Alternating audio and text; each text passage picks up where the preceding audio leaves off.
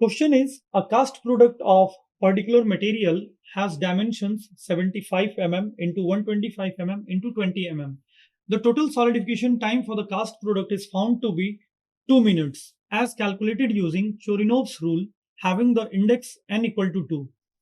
If under the identical casting conditions, the cast product shape is changed to a cylinder having diameter equal to 50 mm and height equal to 50 mm, the total solidification time will be in minutes.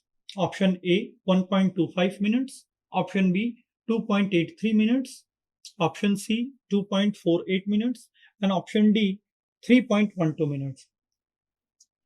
देखिए cast product दिया हुआ है जिसका dimension दिया हुआ है,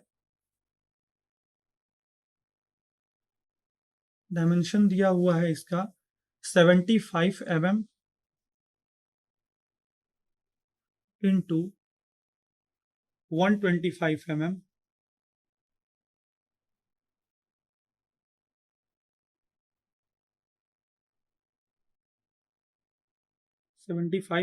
into this length is 125 mm and this height is given in the question, that is 20 mm.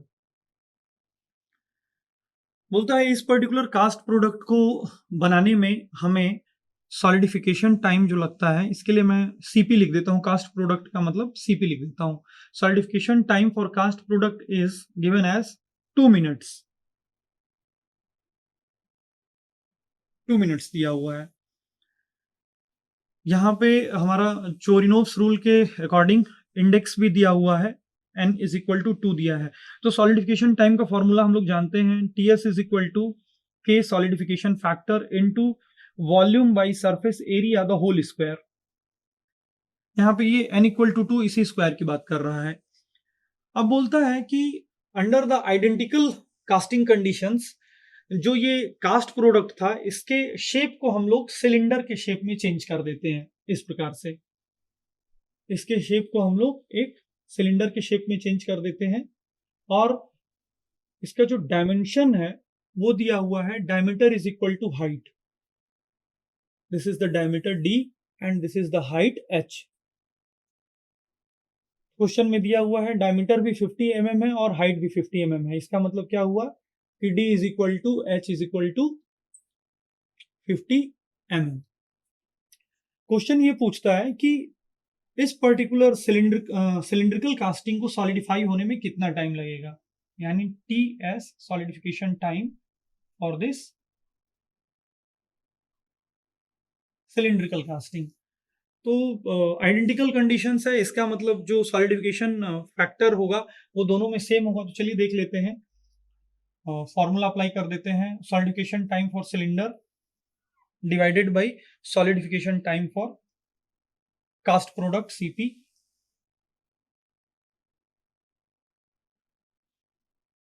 ये दोनों के लिए कैंसिल हो जाएगा न्यूमरेटर और डिनोमिनेटर में, तो डायरेक्ट हम volume by surface area the whole square लिखते हैं. तो सिलेंडर के लिए हम लिखेंगे volume by surface area the whole square cylinder के केस में, and divided by volume by surface area in the case of cast product. ये हो जाएगा हमारा वॉल्यूम. सिलेंडर का अगर हम लोग देखें तो पाई आर स्क्वायर एच होता है, जैसे हम लोग pi D square by 4 into D कर सकते हैं. पाई डी स्क्वायर बाई 4 यानी पाई आर स्क्वायर और ये एच होता है, तो एच हमारा डी के बराबर है, तो इसे मैंने डी लिख दिया. डिवाइडेड बाई सरफेस एरिया की अगर बात करूं तो top surface area bottom surface area 2 pi r square हो जाएगा, यानी 2 इंटू आर स्क्वायर को हम लोग लिख सकते हैं डी स्क्वायर बाई 4, तो पाई डी स्क्वायर बाई 4 हो जाएगा ये, प्लस कर्व सरफेस एरिया को ऐड करेंगे तो कर्व सरफेस एरिया हमारा हो जाएगा 2 पाई आर इंटू एच, या इसे हम लोग 2r को डी भी लिख सकते हैं, तो इसे हम लोग पाई डी एच लिख सकते हैं. और h हमारा d के बराबर है, तो d में h को मैंने d से मल्टीप्लाई कर दिया, तो ये पाई डी स्क्वायर हो गया. इसका the whole square, this term the whole square divided by volume of cast product. तो वॉल्यूम ऑफ कास्ट प्रोडक्ट हो जाएगा length into width into height, तो ये हो जाएगा हमारा 125 इंटू 75 इंटू 20, इसका भी होल स्क्वायर आएगा, डिवाइडेड बाई यहाँ पे सरफेस एरिया। तो सरफेस एरिया होता है 2 into,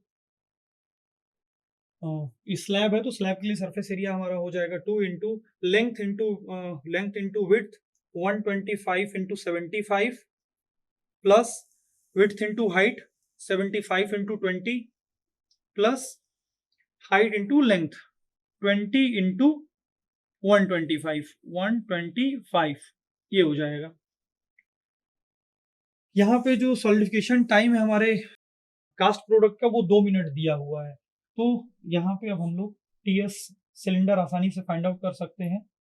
solidification time for cylindrical casting is equal to, ये जो टीएस है हमारा सीपी 2 मिनट्स, इसको हम लोग इस साइड ले जाएंगे और इस पर्टिकुलर एक्सप्रेशन से हम लोग मल्टीप्लाई कर देंगे। डी की वैल्यू, इसको इस वाले पूरे एक्सप्रेशन को हम लोग जब कैलकुलेट करेंगे जिसमें डी और एच हमारा सेम होता है, तो ये जो पूरा टर्म है अंदर का, स्क्वायर के अंदर का टर्म है, ये हमारा आ जाएगा डी बाई 6 के बराबर। It will be equal to D by 6। और इसको, इस पूरे एक्सप्रेशन को कैलकुलेट करेंगे और 2 से मल्टीप्लाई कर देंगे, तो फाइनल जो हमारा सॉलिडिफिकेशन टाइम फॉर सिलेंडर आएगा वो आएगा 2.83 मिनट्स।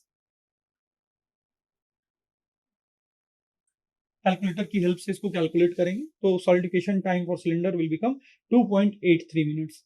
तो इस क्वेश्चन में हमारा ऑप्शन बी करेक्ट आंसर है, 2.83 मिनट्स।